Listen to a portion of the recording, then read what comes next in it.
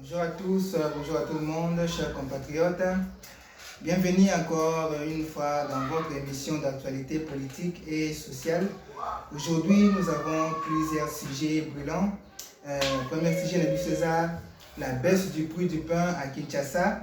Et notre deuxième sujet, Zali, l'atelier du service national pour confectionner les uniformes militaires et policiers. Et troisième sujet, César, sur la pétition contre la ministre de la Jeunesse, Grace Coutinho, depuis nomination, elle est toujours au centre, il y a la polémique. Et la situation actuelle, la situation sécuritaire à Est et Mboka, ni Makambozo, parce que ces derniers temps, Est et Nabi César toujours touché à problème ces derniers temps. Alors, ensemble, nous allons analyser ces faits avec un regard lucide et responsable, toujours dans l'intérêt du Congo et de son peuple. Marché, baisse de prix du pain à Kinshasa. Et dollar et kitaki, ça fait des jours. Et concernant dollar et kiti, mais biloko na organisation kitate. Et tu as quand même émission, na émission tu vois le kato rassuraki bino que il faut que ça kimia ba biloko ko kitapo ba stock ba somba qui déjà na kala na to ya 28. Alors, il faut attendre pour ba stock wani si la titon ba ko somba na to ya 25 to 26 de bango pe ba ko kitisa biloko. Mais avec le temps, ministre de l'économie va venir pour travailler et le lot moni ba résultat neto solo ba na moment oyo le pain au Babeni Kanga journée passe de 500 à 400 francs. Le pistolet du pack, passe de 400 francs à 300 francs. Et le volume de production augmente. Donc, au début, tant que dollar est na 28, maman pas les 500 et na ba commune sur la vendre côté comme 600 ou 700 plus. Mais dollar ndenge kiti ministre de l'économie na gouvernement la banque va travailler en connivence pour na kiti sape biloko kita ndenge lelo tomoni lipa eza ya kokita et to souhaiter to senga na ministre de l'économie na gouverneur ya banque va travailler toujours makasi pour que objectif eza avant 2026 avant décembre faut dollar kita na 10 dollars kita na 20 000 francs. On a objectif vraiment to sengi na bino faut se lancer comme un défi pour kitisa yango comme na 20 000 francs pour fêter au moins kitoko. Peut-être aussi à peine à lipa on ndenge kiti 4 c'est sur la carte santé. Et sur la carte santé faut qu'il tente au moins à 100 francs to 200. Pour ça to lia malamu pe to moni na marché lipa pe mati ezalaki mukie et mati moto pesi ba to tombeli ministre de l'économie et mosala malamu na gouverneur ya banque malgré les bandeli moi ba koka jambe ezalaki mais to ko mona sikoyo oye ko lakisa pena kozali ministre de l'économie autour de bande ko zelaye to tombelio manda malamu eza boyende ba travailler pour l'intérêt ya mboka po ba biloko le bande ko loba trop sur le plan social et to ko mona ba résultat malamu ekomi kobima et nyonso les cas c'est une preuve concrète que les efforts du gouvernement pour stabiliser l'économie commerçant commence à produire des résultats. Donc les assurances, le baisse du prix du pain, aliment de base de quinoa, est un signe que la régulation du ministre de l'économie agit sur le panier de la ménagère. Donc ils ont déjà l'exploit. Et c'est un soulagement aussi social et aussi un geste fort en période de tension économique. Et le Seigneur ministre de l'économie pour continuer malgré tu vas continuer à coller la caca pour babilo comme ça qui t'attend moto senga suivi ezala une fois que vous lancez l'opération faut suivre ezala na terrain au tinda batu na terrain ba kapotala ceux qui va mesure bozui eza appliqué et le peuple ressent vraiment directement l'action du gouvernement dans son assiette. Eza eloko ya pour féliciter et de tomber libino continuité à l'âme et l'amour naba pour jeune abino et tout qui na deuxième sujet na biso eza pour na makambo la service national confection de tenues militaires et policiers et le fait que une nouvelle usine en construction à l'intérêt. Donc il y a une nouvelle usine en construction à l'intérêt où ils ont la capacité à produire 2000 uniformes par jour et 700 000 par an. Ici, nous avons déjà en construction dans la télé. Mais d'œuvre, anciens jeunes désœuvrés, réinsérés. Au début, on a une époque qui a Kabila, mais chef de l'État qui a fait valeur pour pas mettre comment utile dans la société et objectif clair. Équiper les FARDC et le PNC sans dépendre de l'étranger. Place le problème est basé à moi. Et puis, sur l'Est, souvent, les FARDC ont un problème concernant ma tenue. Et au moins, les rebelles, même tenue na biso, et autres désordre na bitumba, les FARDC alors que mais FARDC ils ont vraiment désordre, ils ont avec la vision du chef de l'État, le général Kassongo Kabouiko, le service national, Jacques Iboya pour créer une usine. Donc il a fallu que Félix ait le pouvoir pour bavir Wanesila. Donc créer une usine pour mettre fin à la barbarie et pour la dépendance na biso moko au lieu de dépendre toujours na usine turque pour usine turque on peut fournir ka 23 équipement na biso. Donc, par exemple, on a des équipements pour se servir dans trouble dans l'Est.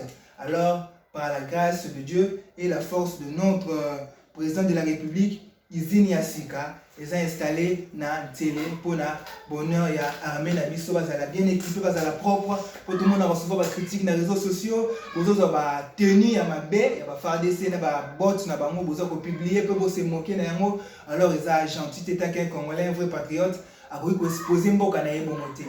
Alors pour mettre fin à tout cela, le chef de l'État a jugé bon de créer une usine où il faut gérer le service national et où il faut retenir que c'est une grande avancée vers l'autonomie militaire et sécuritaire. Cela réduit la dépendance aux importations et renforce l'économie nationale. Tu m'as dit que tu as importation, comment vivre quand tu as importation, il faut que tu exporter, pourquoi pas? Ici, nous avons un jour, ça va tenue militaire pour dans le pays pourquoi pas et quand ça peut tenir militaire pour la libanda ya mboka pour biso tozana colton tozana tout oyo esalaka bilamba ya malonga donc tozosenga la vision wana ekende mosika bateni wana esuka koservir na Congo te mais ekende mpe koteka malibanda mpona kofaire avancer notre pays mpe koma koexporte ndenge bapays mosusu mpe baexportaka ye noto vivaka na importation yango ezosala dollar ezalaka toujours likolo.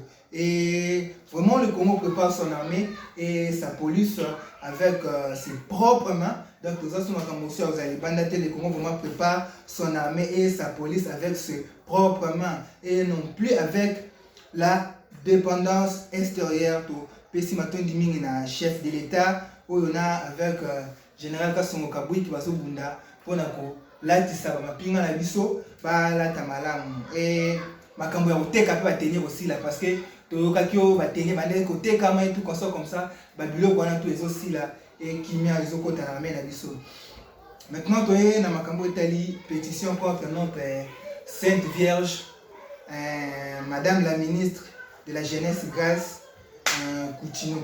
Donc pendant nomination na yé te biso nyonso azaki toujours au centre ya ba problème ezalaki âge longue âge et comme ministère na yé na église et lelo et au coma makambo ya pétition contre elle. Donc moi là batazaka toujours au centre va problème pour éviter ce qui est à compétence na yende ils ont causé problème ou bien sa personnalité donc la personne de Grace Emile Coutinho ils ont causé problème pour éviter ce qui peut être jalousie concernant âge na yé pour éviter ce qui est interdit parce que moi na il y a 25 ans pour occuper ministère T donc ils ont ça tellement passé et puis il y a d'autres jeunes qui ont appuyé à moi et une pétition citoyenne de la jeunesse congolaise en vue de la démission de la ministre de la Justice, notre Sainte Vierge. Ça par notre structure jeunesse et veille patriotique. Donc, on a initié pétition, on a atteindre déjà plus de 1000 signatures et notre initiateur et la pétition, on a comme maître Enoch Manoka. Donc, pour éviter ce qui bindou les alliés sionini. Il faut qu'on ait une pétition. Et le moins l'Assemblée nationale et le ministère. Maître Enoch Manoka, quand tu éviter ce qui bindou les alliés sionini pour lancer la pétition contre le ministre il y a jeunesse ils ont un peu ma bête mais pourquoi il a côté avec raison bino pour la ces pétitions tu éviter ce que ça juste compte à rendre ou bien ça juste jalousie ou comment tu éviter et le problème est ça que ministre Nabiso a sous protection il y a premier ministre qui a un peu assurance Nabiso que ça que notre ministre de la jeunesse ou ministre de ça pour appuyer que les liboso a sous protection il y a notre premier ministre parce que bango mibale bazalaka na dynamique to bengi ne Congo bango mibale bazalaka na dynamique to bengi ne Congo ya bana Congo central basala dynamique na bango que bakutanaka basololaka mama grâce continue pas dans la carte dynamique wana oza ko rassurer biso que elle sera protégée pour na ba biloko tozo telemela alors que Congo soko occupé ministère pour na ko bongisa to pour na ko apporter plus na ministère na yo ezo senga 3 mois te 4 mois te ezo senga plus parce que mboko eza tellement na ba problème belé il faut que ça un peu compréhensible na ba net tozo mener ba action na biso et notre na ba sentiment et Congo eza na posa ya kimia unité et no ba pétition juste pour faire plaisir ya ba structure na bino eza tellement et la Constitution, dans son article 166, prévoit que une démission en cas de mise en accusation,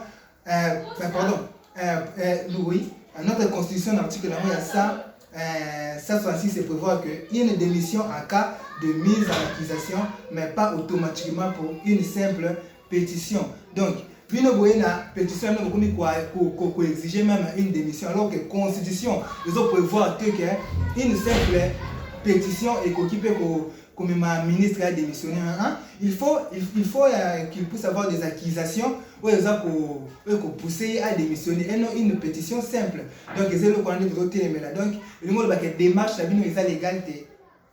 Démarche, ils ont l'égalité. Pour Mibeko Yamboka et lobby Bomoté. Mibeko Yamboka et lobby Bomoté et le copé Bogo Koyeba, pour ceux qui ont kende, na Mibeko Yamboka vraiment. Pour respecter les règles Mboka. Et ici, on peut dire que quand on peut lancer une pétition contre un ministre en RDC. Quand peut-on lancer une pétition contre un ministre en RDC? Et là, on a parce qu'on dit à moi, monsieur Maître Enoch Manouma. Donc, il n'y a pas de délai minimum légal à attendre après la nomination d'un ministre pour qu'une pétition citoyenne soit lancée. Dès qu'un ministre entre en fonction, les citoyens ont le droit, dans un état démocratique, d'exprimer leur désaccord ou leur inquiétude pour une pétition. Si on a raison. Vous avez raison pour le milieu comme beaucoup et délai qu'une fois que le ministre a entré en fonction que vous avez autant de jours non vous avez bien la raison à bino mais que vous avez raison ni nous et tindi bino pour la pétition à bino il y a moins de places biso to vandeli donc à ce que vous avez bino ba raison nini ou ko pousser ba tout ça la pétition contre un ministre. Donc pour quelle raison peut-on lancer une pétition contre un ministre en fonction? Première raison première raison est incompétence ou mauvaise gestion. Première raison où il faut pousser ou bien une structure ou bien un comité pour lancer une pétition contre un ministre en fonction. Incompétence ou mauvaise gestion, manque de résultats, inaction face aux problèmes de son secteur. C'est la première raison. Alors la première raison, madame la ministre peut trouver le remonter la case. Donc déjà barré. Pour la première raison, de trouver le côté.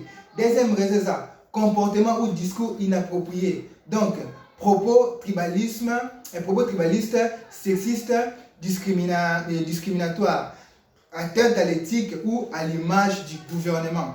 Donc, la deuxième raison, dans le comportement, nous ne trouvons pas madame la ministre. Donc, ils ont déjà non fondé. Troisième raison, il faut pousser ces pétitions contre un ministre français à faire de corruption ou un scandale public. Donc, accusation crédible ou dossier en justice. Donc, jusque-là, maman n'a vu ça dans un dossier en justice. Donc, le mot est déjà illégal. Donc, quatrième raison, conflit d'intérêt ou abus du pouvoir, comme favorisme, nomination douteuse et gestion clanique. Donc, nous sommes là, tout le monde peut pas madame la ministre, tu vas nous déconner. Tu retrouver un kunate. Donc, qu'on a fait ça illégal. Donc, cinquième raison, on va pousser Moutou, to, Sam de Nabino, la structure Nabino, pour lancer une pétition contre le ministre français, ça, refus de rendre compte ou manque de transparence. Donc, jusque-là, pendant la nomination à madame la ministre, tout le monde m'a camboana. Et, oui, le ministre va se belé, au gouvernement Félix va reconduire, ça va bilan négatif au Toyebi. On dit que beaucoup de lancer la pétition. Et non contre notre ministre jeune, tout le temps, ça a aussi ministre à moins de 25 ou plus de 25 ans. Donc, un ministre jeune, on doit accompagner madame la ministre, jusque-là, l'accusation c'est ça contre eux, et ça est infondé, et ça a base morotée. Donc, chef de l'État a un service de renseignement pour les Akamakasi.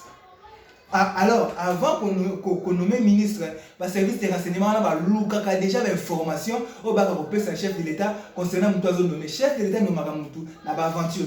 Ce qui est information contre madame la ministre, qui est ça vrai, mais le là la ministre. Parce que service mobile de renseignement chef de l'État, ça service chef de l'État. Non, là, je ne pense pas, je ne crois pas.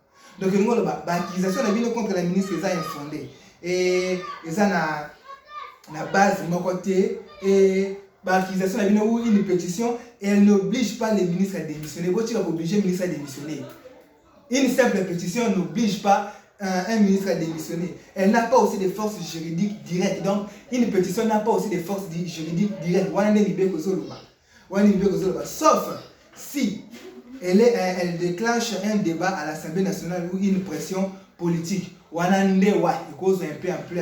Sans cela, eza na ampleur mon côté. Et botika ministre à l'aise, ça la musala na kimia, tout ça na posa na ye, ça jeune et tout le monde qui va ambition na état na côté qui na gouvernement, tout ça c'est là qui s'amende par là, évaluation au salama na bientôt là, ceux qui a travaillé ma bé, le chef du gouvernement et avec le chef de l'État, oui, mais prendre pour déclassé, mais pour le moment, tout ça n'a pas ça, tout ça n'a pas ça Kimia, tout ça n'a pas ça unité nationale, et que Botika ma pétition, il y a pour l'année, la peau, nous les kuna à la 5e pétition contre Camer, et bon, même aussi dans le ministère, il y a justice, et ça m'a lamonté. Et tout, côté ce qu'on a dossier Mamba Est, dossier sensible où ils ont touché vie à Mboka Mobimba. Et où vous voyez que ça, premièrement, dans le territoire il y a Walungu, après que le FARDC ait bombardé les ponts de Ntchecha à Kakinda, principal accès routier permettant l'arrivée de véhicules à Njibira dans les buts de bloquer l'avancée de la FCM 23, la situation évolue. Le problème est que les habitants il y a Kakinda, il y a Njibira, ceux qui font FARDC bombarder qui pour arrêter d'avancer à M23. Pour utiliser pour pas Njibira. Et par là, FARDC qui bon, il y a bombarder pour Bolanda Babiloba le beso le bamate na territoire to na village que FARDC bombarder pour empêcher bino ba koteka biloko na bino. Beaucoup na piège ennemité. Beaucoup na parce que ennemi ça pour utiliser maloba wana ke la population que FARDC va bombarder qui est pour éviter bino boya koteka biloko na alors ezaki destruction stratégique pour permettre que bamonte ba kota na Nzibira. Malheureusement bango va réhabiliter pour faire accès il y a biloko na bango et toujours c'est la vigilance de la population beaucoup il y a ba biloba ya ennemi te pour bakomi ko utiliser ba maloba moko ya mabe pour faire détourner attention na bino na ba force loyaliste na bino et o eza malamu ça que la force aérienne de FARDC a bombardé avec succès la base de la coalition M23 AFC Twinane Orea de Tabara. Ça a opéré dans Mikenge à 5 km de Minembwe centre dans le territoire de Fizi. Et Koufa qui va calciné, FARDC Limbisa quitté. Aboma qui va calciné na Mikenge à 5 km il y a Minembwe centre. Et l'objectif final est clair. Ramener la paix et neutraliser la menace rwandaise derrière le M23. On a des objectifs clairs, il y a avancer à FARDC et aux Isaïe, c'est mon peu que Wazalendo baza déjà na avancé makasi pour na kokota na Bukavu nde tolobaka chaque temps bo retenir bo kanga que ville ya liboso ekozala libéré kozala ville ya Bukavu après ville ya Bukavu nde ville ya Goma ekozala libéré. Donc la libération de Goma est passée d'abord na Bukavu. Ceux qui Bukavu est libéré, depuis Goma est libéré, Wazalendo baza na système na bango ya travail bazo travailler ba komi ko kota par équipe. Donc ba kabwani par équipe pour ba kota po ba ndenge na ko maîtriser ba rebelle wana et oza c'est que équipe d'avance du général Makanakika Kasimbira John et voilà les équipes il y a général Makanakika Kasimbira John, on les équipes n'a pas zoya, ba général, ça na l'équipe na bango et bango déjà ça ko séjourner na Nyangezi et ça une bonne nouvelle pour la population de Bukavu. Une équipe déjà général Makanikika Kasimbira ça ko séjourner na Nyangezi, biso ki Nyangezi, déjà juste aux alentours wana pour na ba se préparer ba côté na Bukavu. Et une deuxième équipe ça équipe ya général Ngoma Nzito et ça déjà na Kamituga direction la bango tape Bukavu. Donc dans quelques jours si boki monte pelikuna boza la surprise pour équipe ya général Ngoma Nzito ba komi déjà na Kamituga pour la préparer à so ba kota Bukavu et équipe ya Sukeza équipe d'avance ya Sukeza équipe ya komi na Mikenge donc combat général na équipe biso et komi na Mikenge et le objectif na biso eza tito kota Rwanda na Kigali cette fois-ci. Donc on libérer Bukavu, Goma et puis de kota na Rwanda tout s'aimer même tout le monde va s'aimer pas na biso. Et on ne blague pas avec les Wazalendo. Ce groupe d'autodéfense baza ko bunda pena pour na kozongisa kimia na mboka na biso et il faut to appuyer bango dossier na gouvernement chaque fois bo appuyer bango ba mekana kolonga bitumba oyo poza facilité et avec force na ba prière na losambo na force ya gouvernement to kolonga bitumba oyo. Et pour conclure pour bazo sala biso temps to komi na suka o bokoye ba chers compatriotes, aujourd'hui nous voyons des réformes économiques qui soulagent le quotidien de notre population. Donc pain moins cher, l'ipekiti, tout ça pour beta maboko pour na ba effort wana et beaucoup ba les sous un peu de réformes stratégiques pour notre sécurité, une forme nationale et une vie démocratique active, pétition contre la Sainte Vierge, Madame la ministre de la Jeunesse, malgré ça, légal, malgré ça, illégal, Madame la ministre Kimia, Azana Posa Moussala Nae Asala, et une armée déterminée à défendre notre territoire à l'est et de ça pour appuyer ma force vive Nabiso, pour libérer Bamboka Nyosoyo, et ça, et pas bangona banyanga la kata ya mboka pona Congo ezonga ndenge ezalaki. Le Congo avance malgré les défis. Restons unis, soutenons nos institutions et soutenons le chef de l'État Oizo Bunda Joreni pour nous qui mène mboka et n'oublions jamais que l'avenir de ces pays dépend de nous tous. Les akate bakondi non, les abissonios sont l'avenir en mboka dépend de nous et le Sengibino, bon, Tikala, Malamu, merci de nous avoir suivis. À la prochaine émission, abonnez-vous, likez, partagez et Botika Malamu prochainement. Merci.